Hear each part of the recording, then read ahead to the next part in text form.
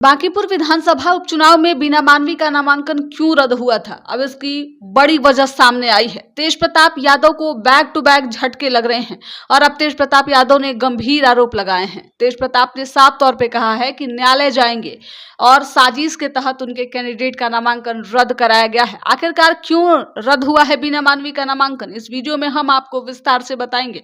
लेकिन उससे पहले अगर आपने अभी तक हमारे यूट्यूब चैनल संक्षिप्त को सब्सक्राइब नहीं किया है तो सब्सक्राइब कर लीजिए, साथ ही फेसबुक पेज को भी फॉलो कीजिएगा। देखिए, बांकीपुर विधानसभा उपचुनाव को लेकर अब सियासत लगातार तेज है। बांकीपुर से कई प्रत्याशियों ने अपना नामांकन कराया था और इसमें कई लोगों का नामांकन अब रद्द कर दिया गया है। बीना मानवी का भी नामांकन रद्द हुआ है और नामांकन रद्द होने के पीछे बड़ी वजह सामने आई है।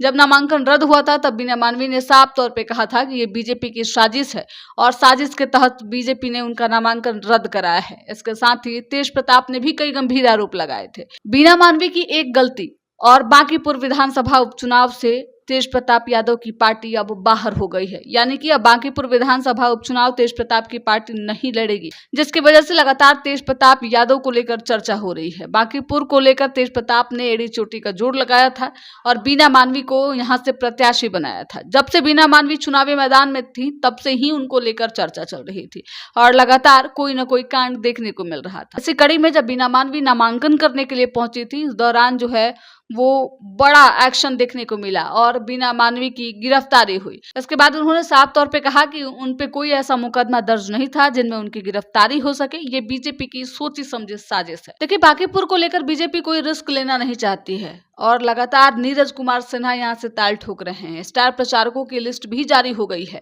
मनोज तिवारी से लेकर पवन सिंह सभी लोग यहाँ चुनाव प्रचार के लिए पहुंचेंगे। इसके साथ ही सम्राट चौधरी, नितिन नवीन जिनकी सीट है, सभी लोग यहाँ प्रचार करने के लिए आएंगे और नीरज सिन्हा को जिताने के लिए एड़ी चोटी का जोर लगाएंगे। इस बीच प्रशांत किशोर भी चुनावी मैदान में हैं और जीत के दावे कर रहे हैं।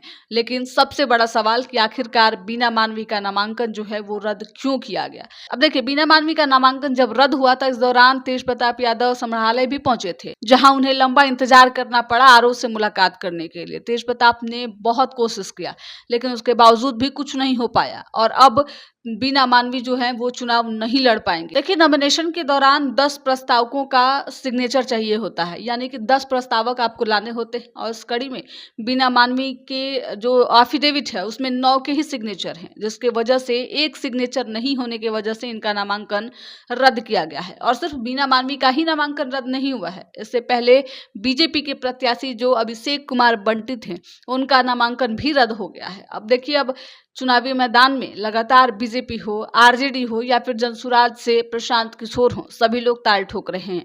इस सीट पर बीजेपी की साख जो है वो दांव पे लगी है। हर हाल में बीजेपी इस सीट को जीतना चाहती है और इसीलिए बीजेपी जो है वो अपनी रणनीति अलग तरीके से बना रही है। वहीं प्रशांत किशोर इस पूरे लड़ाई को अब जो है वो प्रशांत किशोर बनाम सम्राट चौधरी मान रहे हैं। अब देखना होगा इस पूरे मामले में क्या कुछ होता है। बांकीपुर की जनता इस बार किस पे भरोसा जताती है?